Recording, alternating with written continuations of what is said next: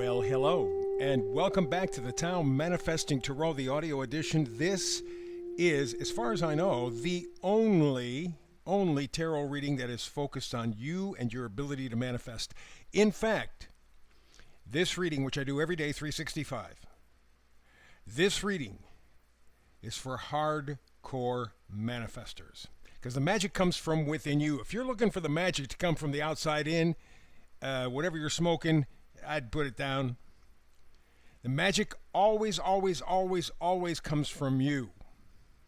And the trick is to get your frequency tuned up with the frequency outside. But you are the key to the lock.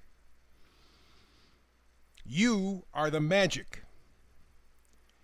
And if you're thinking the magic's outside of you, go to some other tarot reading.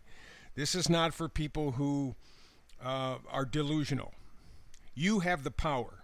You have to use it. You have to choose it, which is difficult because generally speaking, we are not taught as we're growing up to be independent thinkers. In fact, the man, as far as I'm concerned, who has done the most to destroy modern civilization, John D. Rockefeller. And if you don't know that, do a little bit of serious investigating about John D. Rockefeller, what a jerk he was. But his quote is, "I want workers, I don't want thinkers." He was the one who shaped the modern work day. He's the one that shaped modern education. He's the one that shaped big pharma. He's the one that shaped our energy. He was, during his lifetime, late 1800s, early 1900s, darn near the richest man in the world. Maybe the Rothschilds beat him, or maybe there were a couple of other people. But Rockefeller put his thumbprint on a lot of stuff. And you are suffering from that effect today. So, I want thinkers. I don't want watchers. I want you to participate in your life, but that means you have to have a choice. You have to have value system to base your choices on. It's a tough sled. And that's the kind of people I'm reaching out to in these tarot readings, manifesting readings. Today we're doing something special, which I do every day on a Sunday. It's called the Tao Trifecta. What I do is I take a look at the energies ahead for the week ahead. Health, wealth, and happiness. Pretty important. Health, wealth, and happiness. Yeah. So, let's take a look. All the way to the left, the card on the bottom connects to the card above it. The card on the bottom deals with health. No place like home. Okay. What does that mean in regards to your health? Well, first of all, you are talking about operating from within yourself, your body is your home. For your mind, body, spirit. You are operating within yourself. And the number up in the right-hand corner is a 50, which translates to a 5. 5 is changeability. There's something about your attitude towards health that has to change. Towards your health, specifically, that has to change. And I think this is a very wise move because listening to my astrologer friends, we got a hell of a time ahead of us. And next spring, we have a super powerful eclipse. A lot of the planet's going to be in Aries, which means action, self-direction. So you had better be in shape physically, because if you're operating physically well, then you're operating spiritually well and mentally well. You're going to need all of that. So no place like home tells me that there's something within you that needs changing or improving. The 50 on top tells me that there's going to be a change or adjustment. And the card behind it is one of my favorite cards of all, and that's the Hanged Man. It means letting go, getting a new perspective. And that's scary because we're all creatures of habit. Even if we like to act erratically and think we're so free and independent, we do it within a routine that works for us. We're very routine oriented.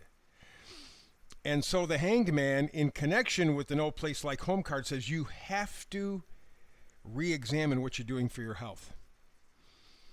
There's a change there that needs to be made, and you have to be open to it. Let's move ahead. The card in the middle, up front, the Fates. We're dealing with wealth. Do not think of wealth in terms of just money. When you think of wealth, think in a much broader perspective.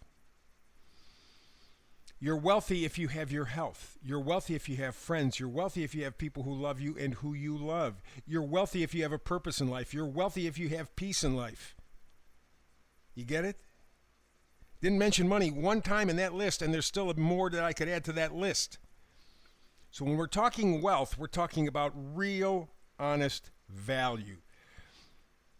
The people who are running this world, and you should have a pretty good idea who they are by now, they can change the value of a dollar, they can change the value of gold or silver, they can screw with this stuff and screw with you any way they want to. Oh, today the bar of gold is worth $100. Tomorrow it's worth a penny. Who says? They do. They want to screw you. They want to control you. So the only way that you're going to find real wealth is to find it again within you. And the card up above, the Fates card, is the Moon card. The Moon is all about illusion, intuition, maybe being deceived, because even in the brightest full moon, you don't see everything.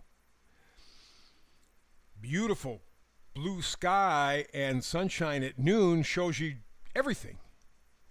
But a full moon at night, no matter how big or powerful the moon is, you're lucky to see half. That's why you need your intuition. That's why you have to be careful. And so you are going to be given an opportunity to tune in, to fine-tune your intuition. You're going to need that. That's another thing. You're going to need your health in the next year or so coming up.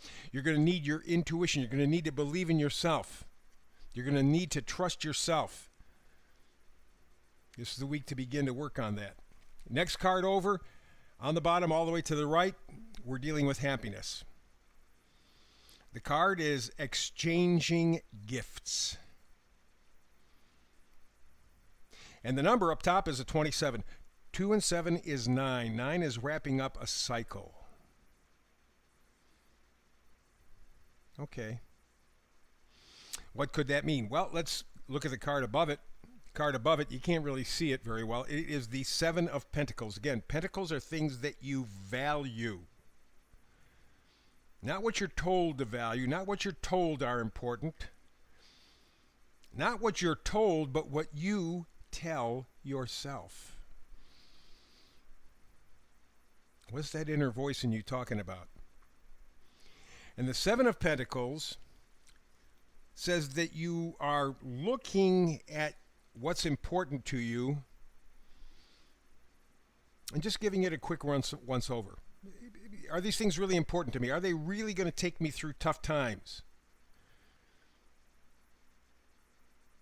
Because if you take a look at the news, not on the mass media, but on the internet at some of the good select places, Jimmy Dore, Joe Rogan, a bunch of others, and you begin to look at all of them and you begin to kind of take a peek, you realize that things are going to get really, really tough. They can turn the screws on you. They can, and in fact, they're talking about it. It's right around the corner. Controlling your bank account, all the money that you have in your bank, in fact, anywhere that you have money except in your house,